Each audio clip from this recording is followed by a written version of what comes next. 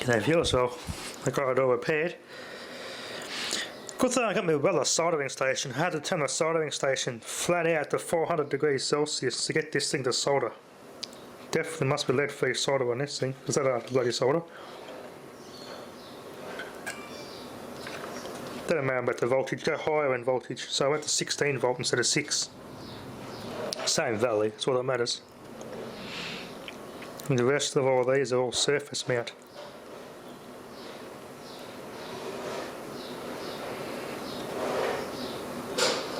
I'll test this thing a bit later. But I think she'll go. She'll be good at the game another day, I think.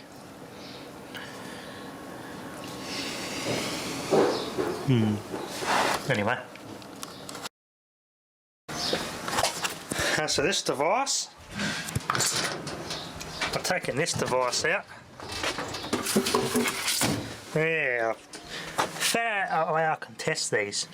You put the multimeter on one probe on the ground pin, and you just run the probe over any of these, across any of those little pins in there.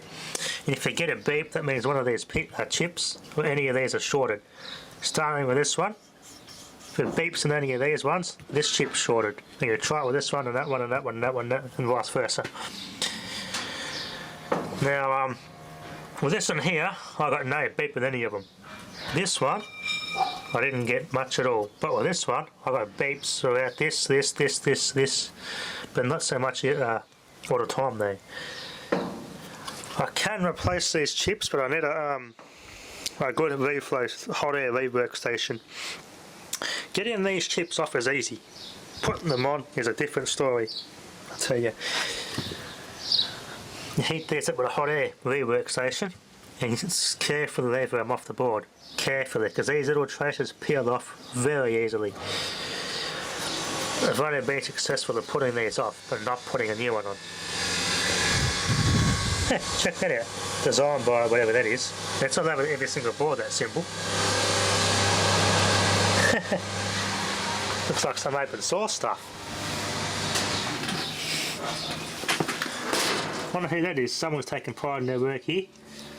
I know this board's fine, because everything powers up normal with this wide buffer board. Buffer board, not a sustain board. Got confused the first time there.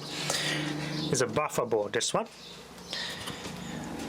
So I could either get a new buffer board, a bit easier way to do it, or I can replace these chips, which is a complicated process.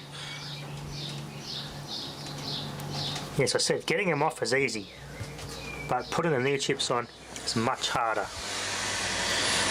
I'll have to get a good rework station and some flux to do that, but I'll see if I can dig up a new board first. But this is definitely the culprit. The sustain board took a dump. And that buffer board, I mean. Wide buffer board. That runs the top half of the screen. This board down here runs the bottom half of the screen. So you can't just unplug this one and half power the panel up. It doesn't work that way.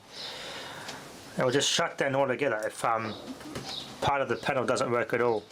Although you can sometimes get black lines across the screen, or bars. But in this instance, the TV just shuts off in the protection mode if any of these boards die. The panel must be a Samsung. Yeah, definitely a Samsung or LG panel. They were the only companies that make plasma panels. Doesn't actually say, but it definitely would be. Lead free.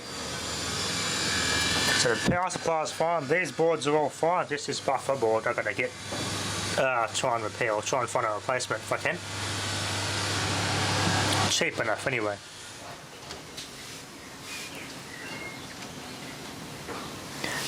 It's got that smell to it. All plasma TVs seem to have like a bloody incense-filled lounge room smell.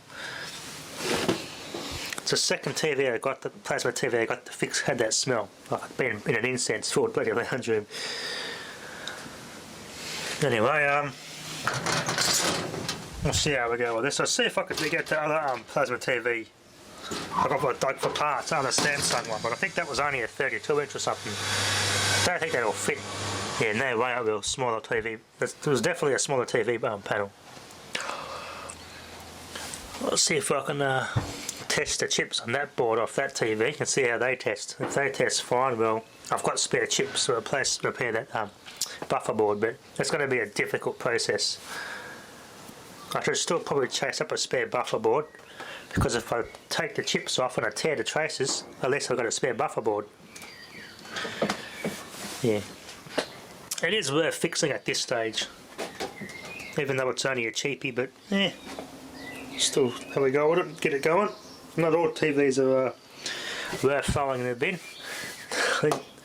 Any man and dog would be fighting over this thing. If I fix this up and sold this on a local buy swap sell site, any man and dog would be bloody fighting over it.